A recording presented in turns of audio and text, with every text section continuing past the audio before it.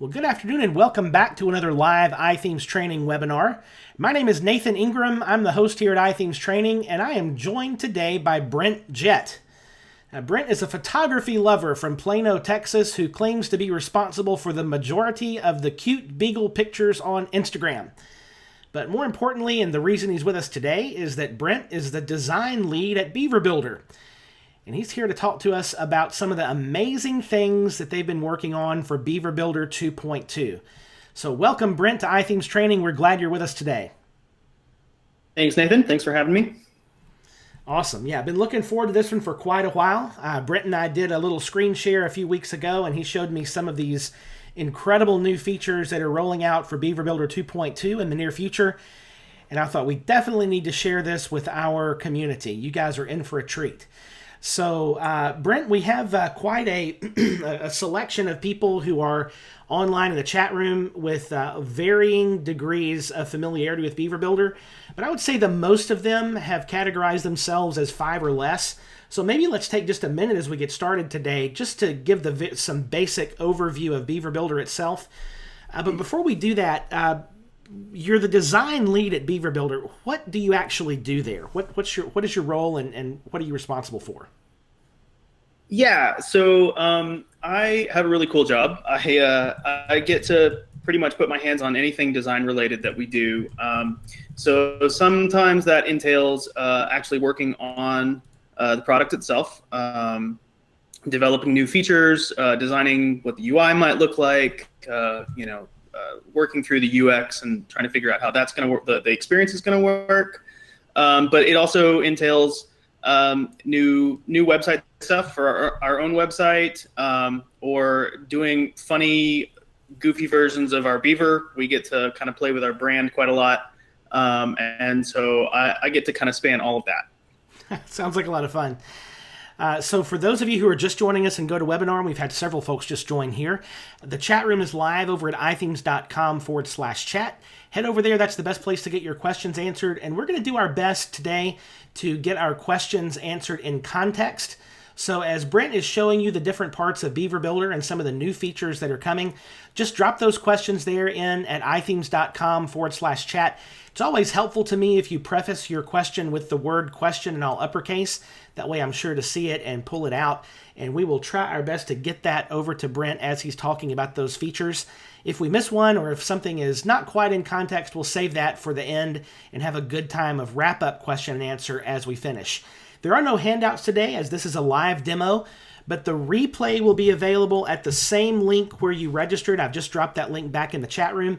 We'll have that up within about an hour or so of the webinar being over, so you can go back and rewatch or share that out with some people that you know that love Beaver Builder but maybe weren't able to attend today. So again, ask your questions there at ithemes.com/chat. We do not use the questions feature in the GoToWebinar control panel, so make sure you ask your questions there in our chat. So I think that covers all the housekeeping details. Brent, let's talk a little bit about Beaver Builder, maybe do a quick intro, and then dive into the new features in 2.2. Okay, great. So for anyone that's not familiar, Beaver Builder is a page builder plugin for WordPress. And what it does is allow you to drag and drop elements onto the screen and see it as it'll be when you publish your page. So there's a lot to that, and you'll kind of see as I'm going through today, you'll see kind of the UI change, and we'll click on a lot of different modules, and you can kind of get a flavor for how things work. But at the heart of it, that's kind of the name of the game for us is getting content onto the page, styled, and get your web page done with as little stress as possible. So let's go ahead.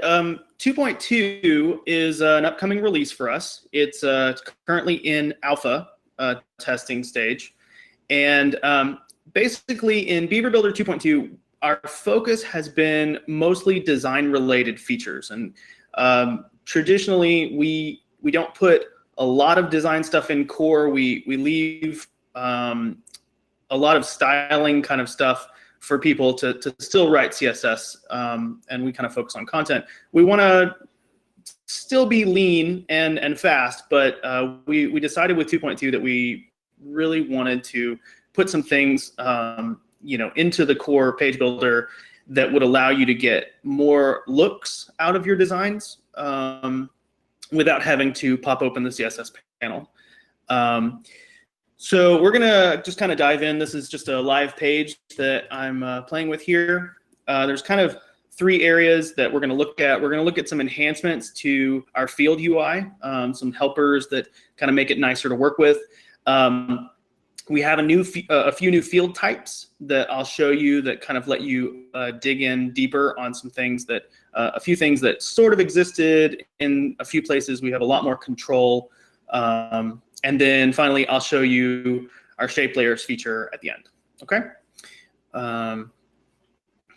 Like Nathan said, I'm Brent. You can find me anywhere. There'll be a link to this page later. So if you want to find me on Twitter or Instagram, and yeah, I have a really derpy beagle, so I like to show him off whenever I can. So let's go into UI enhancements here. So when you're selecting things in Page Builder, there's always the element itself on the page, but then there's generally some UI to go along with it. And so I've got my settings panel docked over here on the side. Some of you may not recognize that. You may have your settings panels floating. We're able to do that too. So if that looks more familiar with you, it's familiar for you, it's the same thing. So don't be alarmed. I'm just gonna put it over here on the side because that's how I prefer to work. So we have some simple things in the UI. The panel can actually get a little bit wider and a little bit smaller than it used to, which is good for larger and bigger screens. Sometimes you need a little more space. If you're working on text, for example, you might want to pull out the editor and be able to work on a larger set of content there. We've also kind of styled the text editor a little bit to be more in line with our UI. We also have, across a lot of different fields, we have custom units now, and this is something that we've never had before. A lot of our a lot of our fields were hard coded to pixel values, and so as we click through here, you'll see different fields have some of them have percentages, some of them have pixels, some of them will have viewport units like viewport height and viewport width, and it's just kind of on a per field basis, whatever unit types really make sense in that situation. We've got those. We also have on these, this is called a dimension field. It has several different units. So in this case, it's the margin of our, let me actually we'll select this heading. I'll go to advanced. So the margin field here, normally you would control one value at a time by typing in. We have 2 enhancements here actually. We have a slider at the bottom that now we can control that value by just moving the slider, which is great when you want to kind of eyeball something. We also have this link up here, and what that does is it will bind all 4 of these values together. So when I change the top value, all my other values change as well. And so this is something that it's not just on margin fields. You'll see it throughout the UI. Different fields will have the link option. Different fields will have custom units, and different fields will have the value sliders. So we think that this overall should make the UI experience a lot more pleasant to deal with when you're in it day in and day out. Okay. Another thing that we've rolled out here is we had some preliminary support in previous versions, but we have rolled out alpha color across the application. And this is great because it means that we don't have to have a separate opacity control on different elements. We can do it all through the color value itself. And so it's a lot more flexible. If we were to set the color for this, this heading, then we could also drag this slider down and change its opacity as well. And this gets really, really interesting when we start talking about gradients and having multiple colors, fading from one to another, and being able to do opacity in there at the same time. All right. Let's see, we looked at units, looked at color, looked at value sliders. As far as the UI goes, there's a lot more, and I want to be clear that I'm not going to highlight everything that is new that we've done in this version. This is alpha, and you can go to your account page if you have a Beaver Builder license already and download the alpha build, and you'll be able to play with it too. So just know that, you know, if you see something and you're itching to kind of get your hands on it, when you're done, go over to your account page on wpbeaverbuilder.com and download the alpha build. Okay. So the next part of the UI that I want to talk about is some new field types. We've had, you know, a lot of field controls previously, but there are certain kinds of fields that just require a little more. There's a little more to them. They're a little more complex, and so we've created some new fields, like for example, typography control. So we're in a heading module. We're still in this shape layers module here, and we have this typography control. So you'll see they're all collapsed right now. There's actually 3 sections. This is all the same control. The first section, if I open it up here, has basic font information, so we can set the font family, we can set the weight, alignment, line height, and size. And you can see we get those same the value sliders here, so we can very easily jump our value around. We can play with the line height, alignment, and then if we continue opening these, you'll see why we didn't want them all open to begin with, because there's kind of a lot going on. But you get more advanced features like letter spacing, text transforms, things like text decoration, text style, font variant. If you're familiar with CSS, you'll know all these properties. They're doing the CSS under the hood for you. And lastly, we have text shadow in here, so we can go and just like we would put a drop shadow on an element like a photo or a div, we can actually put a shadow, or in this case, more of a glow, depending on what color you pick. Can put that, and then we can shift it down a little bit, and obviously we can get some pretty complex effects without having to write the CSS required to do this. At any time, you can toggle those back closed again, just to kind of keep the panel cluttered. But that's how typography works. The other cool thing about this is, since this is all one field, it's still a responsive control, and you'll see the little device icon here. So if I click that, we'll go into responsive editing mode. And obviously, if this was a real page, we'd have some responsive work to do. But we can edit this. We can change how this is going to be sized for the breakpoint that we're currently on, like that. And now we can flip back and see that our styling stuck. We can even one of the new things we can do now in 2.2 is we can actually stay in this mode and continue to work on various elements. So, you know, in previous versions, if you'd use our responsive editing, every time you kind of clicked out of one settings panel, you'd snap back into desktop mode. And now you can actually kind of hang out in one device size for a while and do the work you need to. And then when you're done, you can exit out.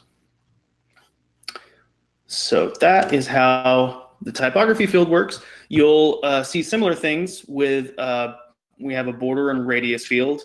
Let me find one. Let's see. Should be one on a button. There's typography on a button module. And then down here, we also have border settings. One of the things I didn't mention about the UI is just like the fields themselves, we can collapse sections inside of our UI too. So obviously we've added some new settings to these things, and we know that they do get cluttered. And so this gives you a way, if you want to kind of streamline the amount of controls that you're seeing in the panel at any one time. You can toggle those sections closed. But here we have a border control. It works just like the typography control. We can open these subsections and say I want a solid border. It's going to be blue. Oops, I closed it on me.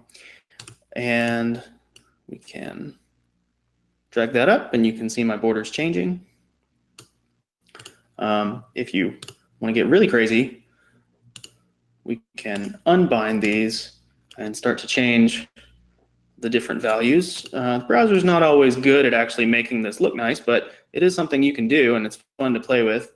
Down here, we also have border radius and shadow controls built in. Again, this is all one control. So when you're changing your border settings, all of this together can be then edited responsively. So we can just bind these together and give ourselves a border radius. That looks pretty terrible, so maybe we'll switch back to solid. And again, you can see it's pretty fun to play with, actually. Once you kind of get into it, it's pretty easy to feel your way around and kind of see what looks good for what you're doing. But you really have a lot of control in how something gets styled.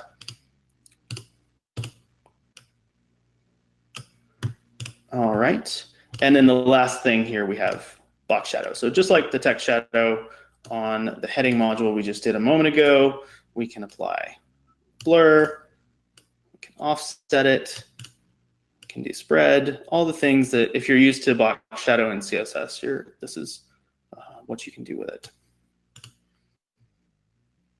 Okay, how are we doing so far, Nathan? Is anybody falling behind or? There are a number of questions. Yeah, this is fantastic, by the way. I don't think that I saw, when you and I walked through this earlier, the full responsive design view where you can stay on that is, for me in particular, that's going to be a huge time saver. And so far the comments have just been, wow, this is great. People are loving it. No particular questions about these things yet, although a number of questions that have popped in that we'll get to as we're wrapping up today. Okay, great. Well, again, I'm not hitting every single thing that's new. So if you if you had a feature in mind that you're waiting for or waiting for a bug fix or anything, be sure to check out the changelog. There is the link right here to the changelog on this page, but also over at wpbeaverbuilder.com, you can check out the changelog for alpha. Now, Brent, here's a question that I think might be good to ask now, and that's sure. When you set all these stylings, say you also have some settings in the customizer for headings or different font colors and sizes and buttons and so forth. Which one takes precedence? Right. In general, I mean, obviously it's going to depend on how the theme that you're using, how specific their rules are written. But in general, Page Builder will take precedence. That's a good thing because you're putting styles on a single element, so you kind of want it to win. When you do these styles, you're applying them just to that one element, and it's scoped very tightly.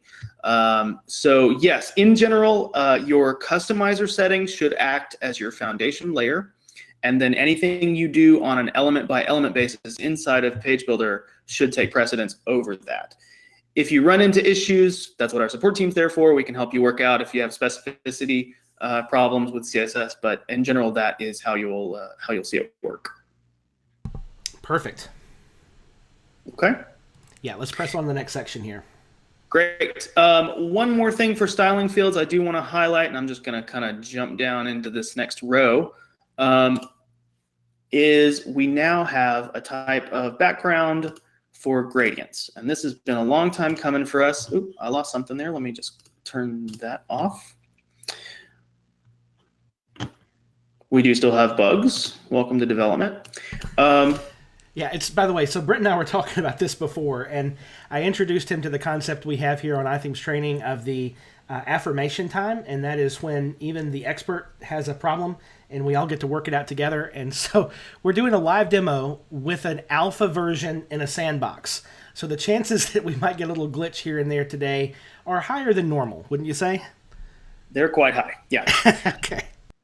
So we'll just keep pressing on, and hopefully don't have any others. But if you do happen to download the alpha, you'll see some bugs in there too. We'll be working on those as we get closer to beta and to release. But what I wanted to show here is we do have gradient background support. We have both linear and radial gradient. You can change the angle of the gradient. You can also change the stop position. So if you want to push one side in, or you want to push the other side back at it, or you want to create that hard edge, you can do that with a gradient, which actually allows you to kind of cheat on what we're going to talk about next. You can do that there. I believe we can also, if we have a photo background here selected, I don't even have to choose a photo, we can have an overlay, and we can now have a gradient overlay as well. So this is great if you want to set a photo as the background. I'll just throw another Beagle picture at you guys. And then you want to then go and do an overlay to create contrast with your, I'm picking terrible colors here today, I apologize, but you get the idea. So here we're using an overlay, we're using a gradient fill for that overlay, and then we're also taking the alpha color that we talked about earlier. And that's one of the really nice things I will say about this build is a lot of these features by themselves are great, and they're, it's great that we have that, but where it really gets interesting is when you start to put these things together. There are just really so many interesting designs, also terrible designs, but mostly interesting, that you can kind of get yourself into and really accomplish quickly using these different things together. Okay, so that is background gradients. The last feature that we're going to talk about is a little bit bigger. It's called shape layers. What we've done is we've created a way for you to get SVG artwork, which is, if you're not familiar with SVG, that's the web's specification for vector graphics. So graphics that are drawn mathematically, and they can be scaled. They render crisp at any resolution because they're not based on pixels. And so anything from logos to more flat style art, less photographic things, but there's really a lot of flexibility of the things that you can do with SVG. We're bringing that technology into background of rows. So specifically, this is for rows. You may see it on columns in the future, but for now, we think the rows are going to be the most useful. And so what we can do is toggle open a row here, and we'll go down to the bottom of the style panel. And there's, you'll see at the bottom of there's two sections now, top shape and bottom shape. And if I choose from the shape list, I'm going to choose the waves shape. You'll see I have this lovely orange shape. I was messing with this previously, so it's already orange. Normally, it'll look something like that. And what you can do with these, because they are vector graphics, we can really manipulate them a lot. So I can go and I can change the width. So if I wanted it to be larger, and in this case, it's perfectly fine that the graphic is spilling off the page. It's not going to create any horizontal scrolling or any kind of negative performance impact there. It's being scoped. We can do that. We can actually manipulate the height, take it out of aspect ratio, which can be useful. We can also offset it vertically. So sometimes we want to just push it around a little bit. We might even want to push it negatively outside of the shape, which I'll talk about a little bit more in a second, but that can be really useful as well. And we have our different units. Actually, viewport widths and percentages actually get really helpful when we're dealing with shapes like this. We can also align it. We can align it to the top, we can align it to the center, the bottom. You can pretty much put the shape wherever you need it to be. And once you have a shape selected, you'll also see a style section will appear as well. And so we can fill the shape with a color. We can also switch it, and we can do gradient fills inside it as well. Change the angle. So this gives us a lot of flexibility. Finally, we have a transform section down here, and so we can flip the shape vertically or horizontally if we need to. There are certain situations where that is going to help us. We can rotate it, and we can skew it. And again, because this is all vector, the graphic is going to stay crisp. It's going to stay sharp no matter what size we're displaying it, which is really, really fun to work with. Okay, so I'm going to keep going here, and we'll talk about a couple of use cases for this.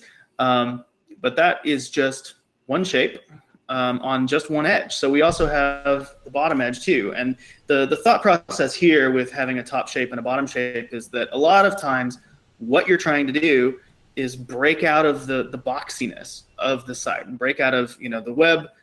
Just like any computer, it draws rectangles. That's how that's how our modern computers work. But when you want to simulate something that's not a rectangle, you need to kind of fake it a little bit. And one of the ways we can do that is by putting a shape on the outer edge of a box. So if I go to my bottom shape here, we'll choose one called midpoint. Okay, so by default they're inside the shape, but we can just go up to our Y offset and offset it down outside the shape. And I'm actually going to go ahead and set a height on it so I know how far I want to offset it. I'm also going to switch over to viewport widths. So in this case, oops, there's a lot of viewport widths. In what you want to do here is, we want our shape to scale responsively. But rather than having to set a bunch of breakpoints and say, okay, it's this big at this size, it's this big at this size, we can have it respond to the width of the viewport itself.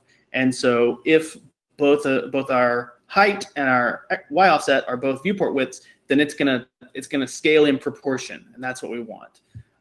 So I'm going to just come down to our transform. I'm gonna flip it, and then now, if we turn it blue, obviously, if this was a real design, I'd have that exact color.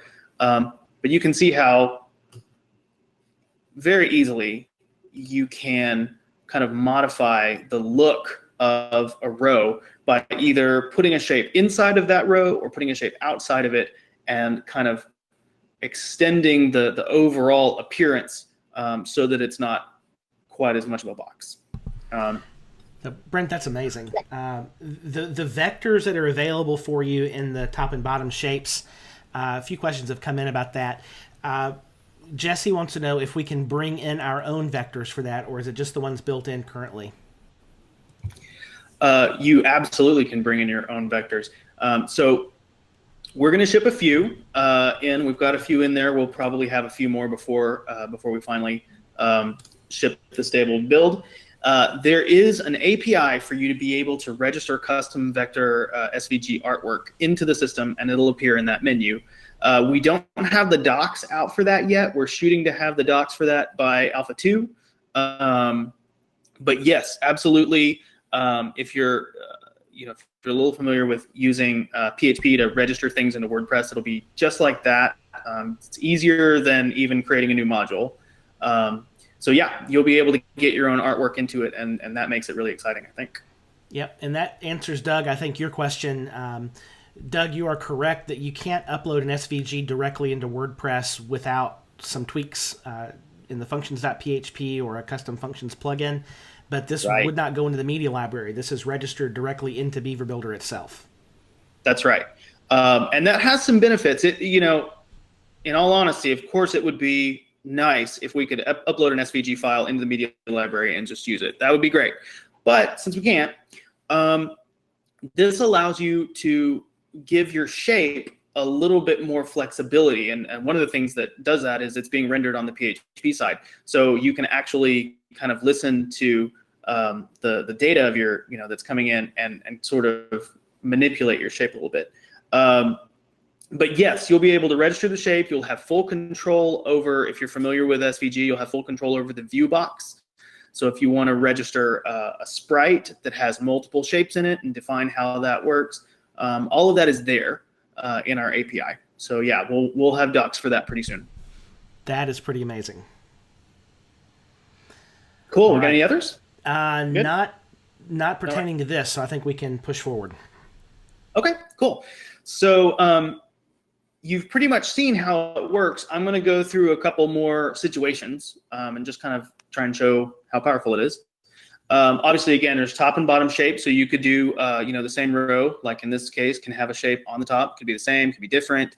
And it's part of the row itself. So if you go and you want to pick up, the row and move it somewhere else, those shapes are still with it.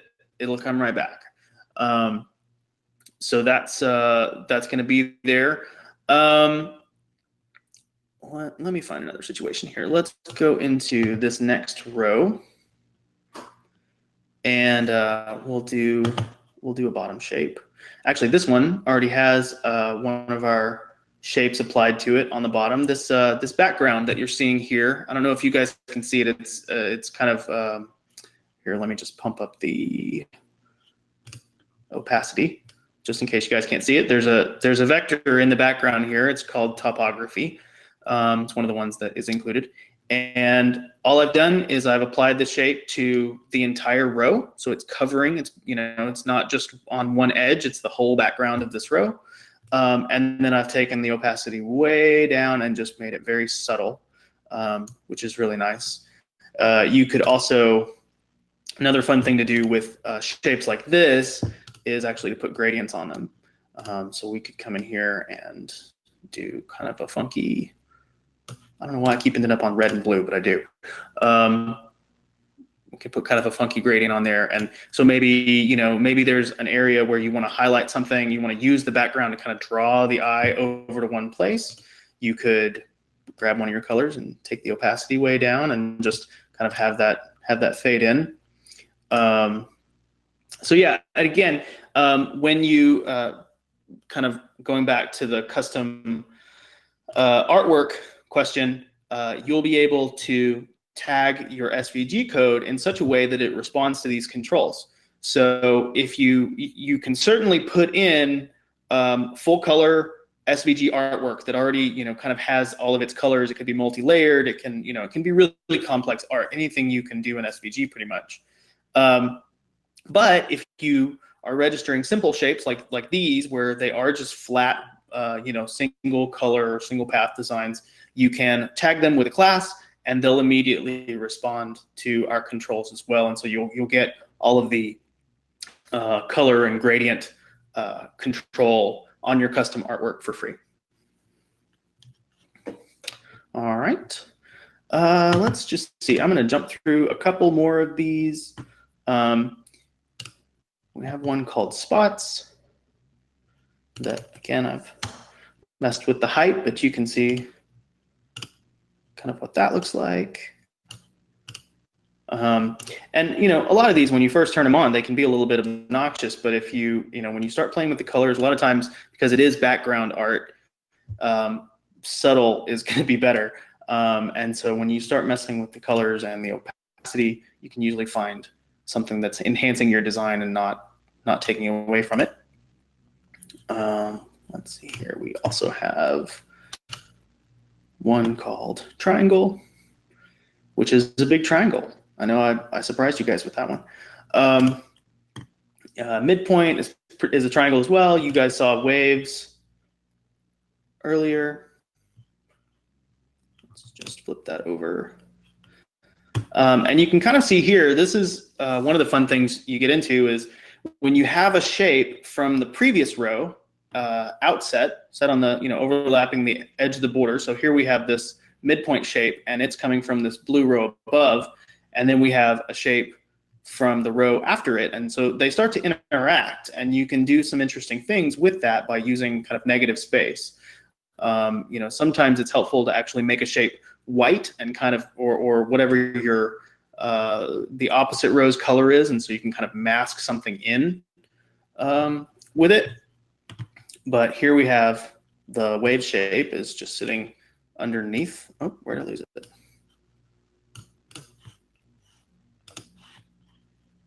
Oh, yeah, might have a little bug there. But yeah, that's pretty much how our shapes are going to work. We're still working on getting some of the final artwork done, and we'll put a few more shapes in there and try and make this list as useful as possible out of the box. But in general, that's pretty much. Oh, one other thing. Sorry, I should mention this. We do have a clipping control down here. So if you were in a situation where maybe one row is overlapping and shouldn't be, or you want something to kind of overlap on the top edge, but you don't want it to overlap on the bottom, you can clip inside the container. And there's some cool things you can do with that. Okay, that is pretty much shape layers. That's some really amazing stuff. Brent, you guys have done great work here. Thank you. It's been consistently, wow, this is cool. Those sorts of comments throughout the chat room today. We have a number of questions that have popped in about lots of different Beaver Builder things. Earlier on, Aditi asked, what are your favorite themes to use with Beaver Builder? Okay, well, I do have to say my favorite theme is Beaver Builder theme. It's a theme that we bundle into our pro and agency licenses, and it's just a great starter. It gives you a lot of control in the customizer to get your base typography, to get your header, your footer, and just kind of those essential theming issues you can get set up in the customizer. So by far for me is going to be Beaver Builder theme. There are a few others that kind of hover around. I know a lot of people in the Beaver Builder community use GeneratePress. I know some people use Astra. There are definitely many different themes that work with Beaver Builder. But in general, when I'm doing work, I'm either using Beaver Builder theme, or I might even write a theme from scratch, because Page Builder is giving me so much design flexibility that my theme doesn't really have to have very much in it. And that can be kind of exciting to have a really, really stripped down theme, where you're only putting what's absolutely essential and then kind of letting Page Builder go from there. Yeah, absolutely. And one of the things we'll be doing in the Beaver Builder developer course, which is scheduled for next week, on day one, we'll be comparing a few of the themes that are out there that are good choices to use with Beaver Builder. If you're in the chat room, you'll notice there's a sidebar there with some information. It's next Tuesday, Wednesday, Thursday from 1 o'clock to 4 o'clock Central each day, where we'll be doing we're approaching Beaver Builder in this developer course as really setting up a solid starter site that you can then replicate and use for all future work. So if you work with clients and you want to use Beaver Builder, this course is designed to build a really good, efficient starter pack for you to launch and build future sites with. And one of those first things we'll be doing is considering 3 themes in particular and looking at the pros and cons of each one. Let's see. Doug would like to know what the ETA is for 2.2. Yeah, so 2.2 just entered alpha last week, actually. We usually have at least 2 months of alpha, but our betas go really quickly. So we're looking at the end of the year, sometime probably before Christmas, for 2.2 to be live. We generally will do a staggered release where we will make the stable build available to download for all of the eager beavers that want to go get it. And then a week or two after that, we'll actually turn on automatic updates. So anybody that has it installed already can get the stable build. But yeah, we go a little bit slow with our release, with our dev testing, just so that we make sure that we're getting those kinks worked out. Absolutely. Melanie would like to know if there are any updates planned for the Beaver Builder theme. Actually, we just published one. So go check out 1.7. It's got some good stuff in it. Excellent. Let's see. Jesse would like to know, is there a way that we went through and we did all those typography settings and so forth. Is there a way to save all that CSS out somewhere and have that? Currently there isn't. Well, okay, there is a way. If you're familiar with DevTools, you absolutely can pop open the Developer Tools panel in the browser, and you'll see our CSS sitting there. And in that case, you could copy it, go take it, into your theme or wherever your style sheet is, and then clear out the styling on that element.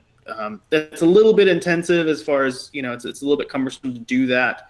But no, currently we do not have a UI feature that will allow you to take the computed styles and go use them somewhere else. Got it. We got a couple of questions left here, folks. One in particular about Gutenberg, which is always the question when we start talking about page builders. But if you've not yet asked your question, please do so over in the chat room, ithemes.com/chat. Drop your question in there, and we'll get that over to Brent here in just a moment. Here's a good question from Steve. Is there a way to undo changes you just made? We do not. So Page Builder itself does not have undo support specifically, like Control Z, Command Z. What we do have is, as you have saved your pages, there are revisions being created, and so this gives you kind of a higher granularity of undo support, where you can, just like you could if you were working on a WordPress post, you'd be able to revert back to a revision. So this is over here in the main tools menu. You can get to revisions that way, and that will allow you to go back. We don't have your common undo support yet. One thing we do encourage is that as you're working, it's a good idea to save snapshots of your template. You can always do that by going to Save Template and giving it a name. But yes, straight up undo we do not have yet. All right. So Ted asked a question early on about whether Beaver Builder can work on pages and posts, or how that works. Could you show that setting where you can choose where Beaver Builder is active? Yes. So when you have activated Beaver Builder in your WordPress instance, you'll get a Beaver Builder section, and you'll also, under Settings, you'll get a Beaver Builder admin page. And if we go to that, we have a Post Types tab, and whatever post types you have being declared are going to be here. So by default, we only enable it on pages because that's the common use case. But if you wanted to use it on posts, just check the box and hit save. Perfect. All right, now the question that has been asked several times in the chat room as we've gone. Okay, what about Beaver Builder and Gutenberg? Tell us about what we can expect as Gutenberg is looming on the horizon. Sure.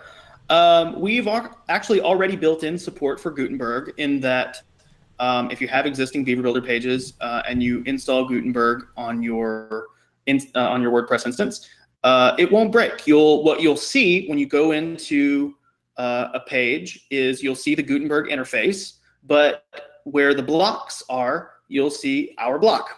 And so basically, we have a mechanism for you to take an existing Gutenberg page where you have all your content laid out in Gutenberg. You could convert that to a Page Builder layout, effectively turning Page Builder on. You could also convert back. So just like we did with the older editor, we're constantly saving the base content back into post content so that it's available for other plugins like content analyzers and things to analyze your content. So that's all there. You shouldn't have any trouble with existing pages. And when you go in and you create a new page and you end up in Gutenberg, then there will be a Beaver Builder block there, and that's how you're going to turn on Page Builder in the future. Gotcha. So when WordPress 5.0 ships, the world does not come to an end. Is that correct?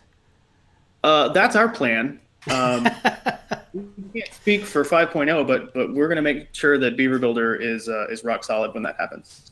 Absolutely. All right, folks, we'll hang around just for another few minutes here, a few seconds. If you have not yet asked your question, please do so over in the chat room, ithemes.com/chat.